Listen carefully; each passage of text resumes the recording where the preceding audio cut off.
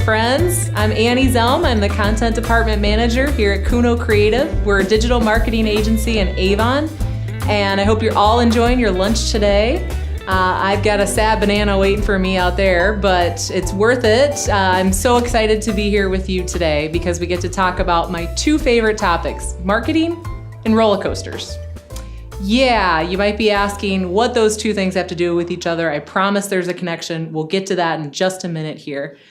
So creating a content strategy to bring in more leads is ultimately what all of us want to do, right?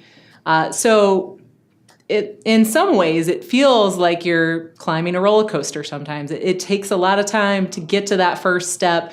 You probably want to do some research before you walk up to that platform, just so you know what you're getting into, right? And at times it feels just like this huge hill to climb. You know, you're going up, it's 300 feet. It seems like you'll never get there. Stay with us. I promise you will.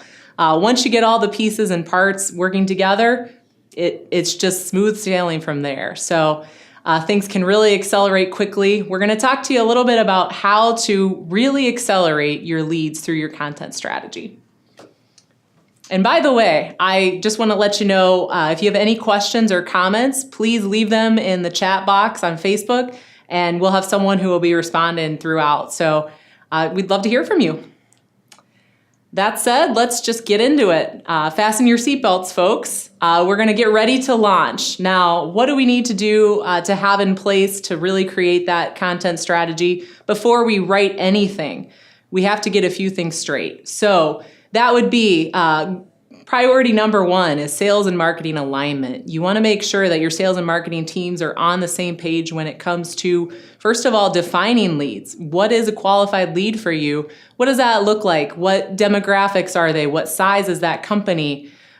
Who's the decision maker? So think about those things. You want to talk about that. Get that all nailed down first. You also want to make sure that you have marketing automation software that's also integrated with your content management system and your CRM. So that way you've got leads coming into sales, you've got leads coming in through content, all these leads, you want to keep them all in the same place, right? You know, you don't want to have to go back and forth. So you want to make sure that you have all of those things working together. We use HubSpot for ours. It's fantastic to be able to see first of all, what kind of results your content gets, and then how that translates directly into leads. You can really drill down and see super specific information about everybody that comes through, visits your website, and engages with your content. So once you've got that nailed down, you want to make sure that you do your research on your buyers, as well as some keyword research. Now, that's step number one here at Kuno. That's part of our process. Whenever we start creating any kind of content strategy, we think about keywords. So let's just say for a minute you are a design manufacturer and you're thinking about creating some content for your audience, which is engineers, people who build roller coasters. So you've got this super cool advanced steel that's on the market right now. It's the latest, greatest thing. You want to make sure that you can get that to your design engineers. You want to make sure they know about it. Maybe they're not aware. So the first step would be just searching for that keyword, seeing what shows up in Google, seeing if there are good search volumes for that term. Who else is trying to rank on that term? You know, look at your competitors, check them out. You can get some really good insights just by doing some simple Google searches, going on social media, looking at Facebook and Twitter, trending topics. That's free. You know, those are all some things you can do that cost nothing. But if you want to drill down a little bit deeper, you really want to invest in HubSpot, HubSpot's keyword tool, or SEMrush. We use both of those. They're fantastic. I'm telling you, they give you the depth of knowledge that you just cannot get on Google. So you'll be able to see, for instance, not just the monthly search volume, but you'll be able to see, you know, what the competition score is like. How difficult is it going to be on that to rank on that keyword? And then maybe some suggestions. Maybe there's something else that you should use instead of advanced steel. Maybe that's not the one. So you just want to check all those things out before you even create your first piece of content. Okay, so any questions, comments so far? Just let us know. All right, we're climbing up the hill. We're starting to create our content. This is the part where, like I said, it feels like it takes a little while and you're never going to get there, but you will. It only gets easier after you do it a few times. So you want to think about the 3 stages, first of all, when you're creating your content. You want to think of the 3 decision stages for your buyers. You've got awareness, consideration, and of course, decision. And when it comes to awareness, that's just really thinking of what's going to get them to, what's the problem that they're trying to solve. So using that roller coaster example, advanced steel, that's something that, like we said, they may not realize that that's out there. A good awareness piece for that might be, top trends in roller coaster design. A good consideration piece might be something like a comparison. You're looking at that. How does that material compare to what else is out there right now? And then decision. Those are the points when people really want to see something like case studies. They want to see just exactly a little bit more about what your company actually does. That's the opportunity that you can talk about yourself a lot more.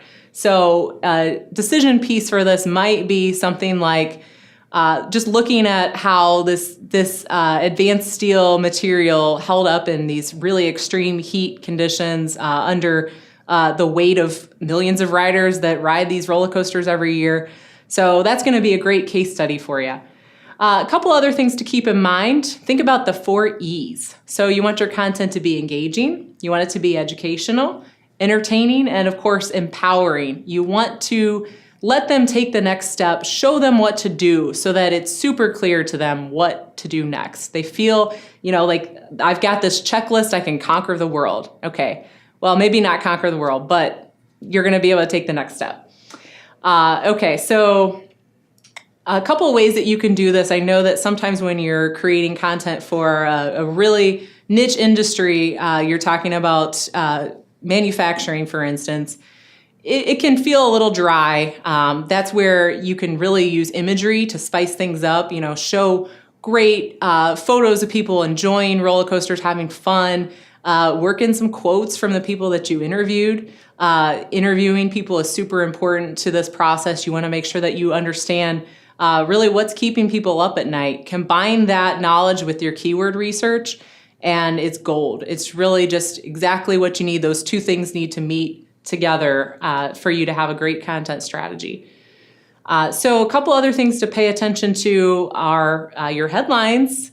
Don't forget that, because like 8 out of 10 people only read the headline and read nothing else. Yeah, kind of depressing if you're in the content creation business. You're somebody that writes for a living. Yeah, I know.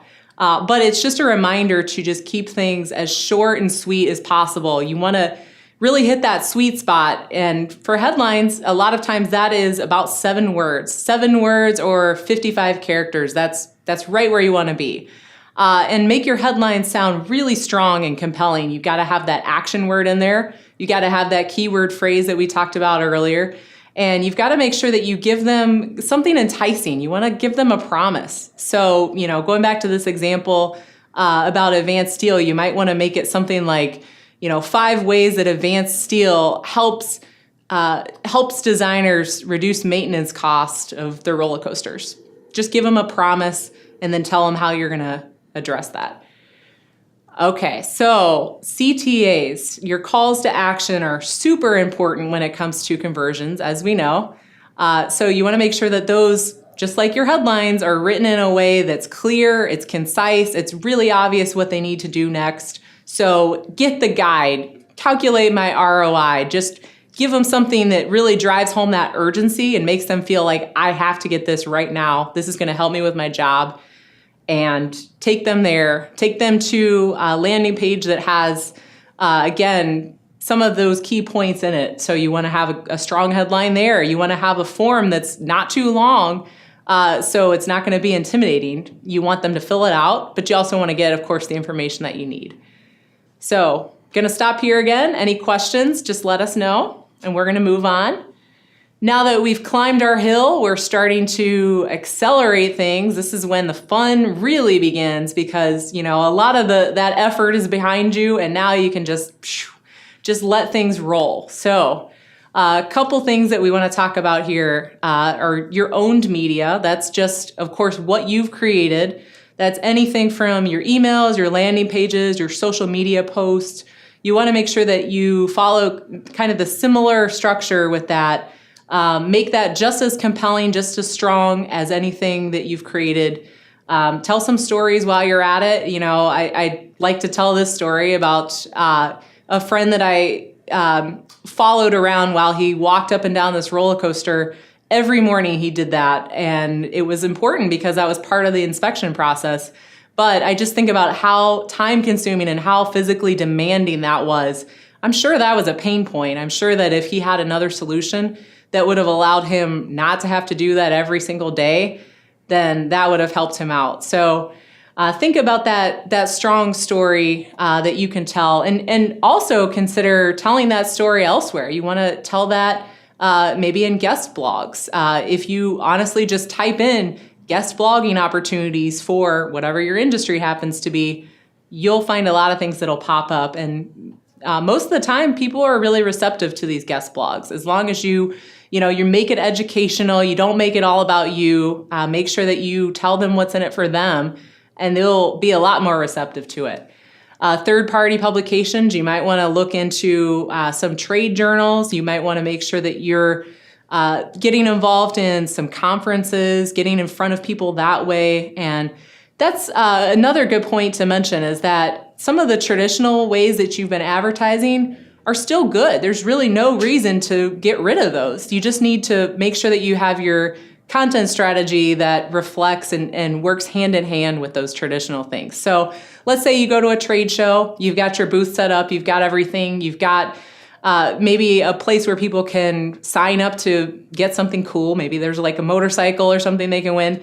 But then after the fact, you want to continue to nurture them. So you want to share, those great resources that you've created with them. Now that you've got this list, that they've been to that conference.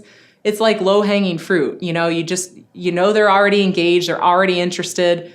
So why not? That's the best time to get them. That's the best time to put this kind of content in front of them. So just to kind of wrap things up here, we want to go into talk a little bit about pay-per-click. You want to use that. That's really important, not only for creating awareness, but also for conversion. So you can take a content piece that you've created and really just put it in front of people, as well as just getting people familiar with your brand. So Facebook retargeting, that's also a great one. It's a way to just reach people. Again, that's low-hanging fruit. It's a time when, let's say they've gone to your website, they've poked around a little bit, they've visited a page, but they didn't actually fill anything out. They didn't take the next step. You might want to give them a little nudge. Just remind them, put something in front of them, a really strong image and something that tells them what to do next. And maybe they just forgot to download that guide. Maybe they were going to, and they just got busy. So that's always a good way to just re-engage people. And it's an easy way to get conversions. So LinkedIn campaigns as well. That's something that we always encourage our clients to do, is to use LinkedIn advertising, use LinkedIn sponsored posts. That lets you put your content in front of an even greater audience. You can get super specific in terms of the company size, their roles, everything that you need to know about them, and just make sure you've got the right people. They're already hanging out on LinkedIn. They're already, talking in discussions in their groups. So, show them the content they want to see while they're there. LinkedIn, something else that's cool is that they now have the ability to, you can directly send in-mail to them. So those messages that are super specific, if you have a list of like your top 20 really, really strong prospects that you already know, you know a little bit about them, you know enough to send them an email where it's not going to feel completely strange. They're expecting to hear from you. So LinkedIn's a great way to connect with them there. Any other questions or comments? Just let us know. But now that we've gotten over that hill, we've really picked up speed, we're kind of winding down. This is the point where, we take a minute, you kind of take your deep breath, and then you think about whether you want to get back on that ride again or maybe try a different one, try something else. It's important to always readjust your content strategy after you take a little bit of time to look at the data, see what's worked and what hasn't worked. We do this all the time. For instance, let's say that we notice an ebook didn't perform as well as we'd hoped. We might break that ebook into an infographic and put it in front of people.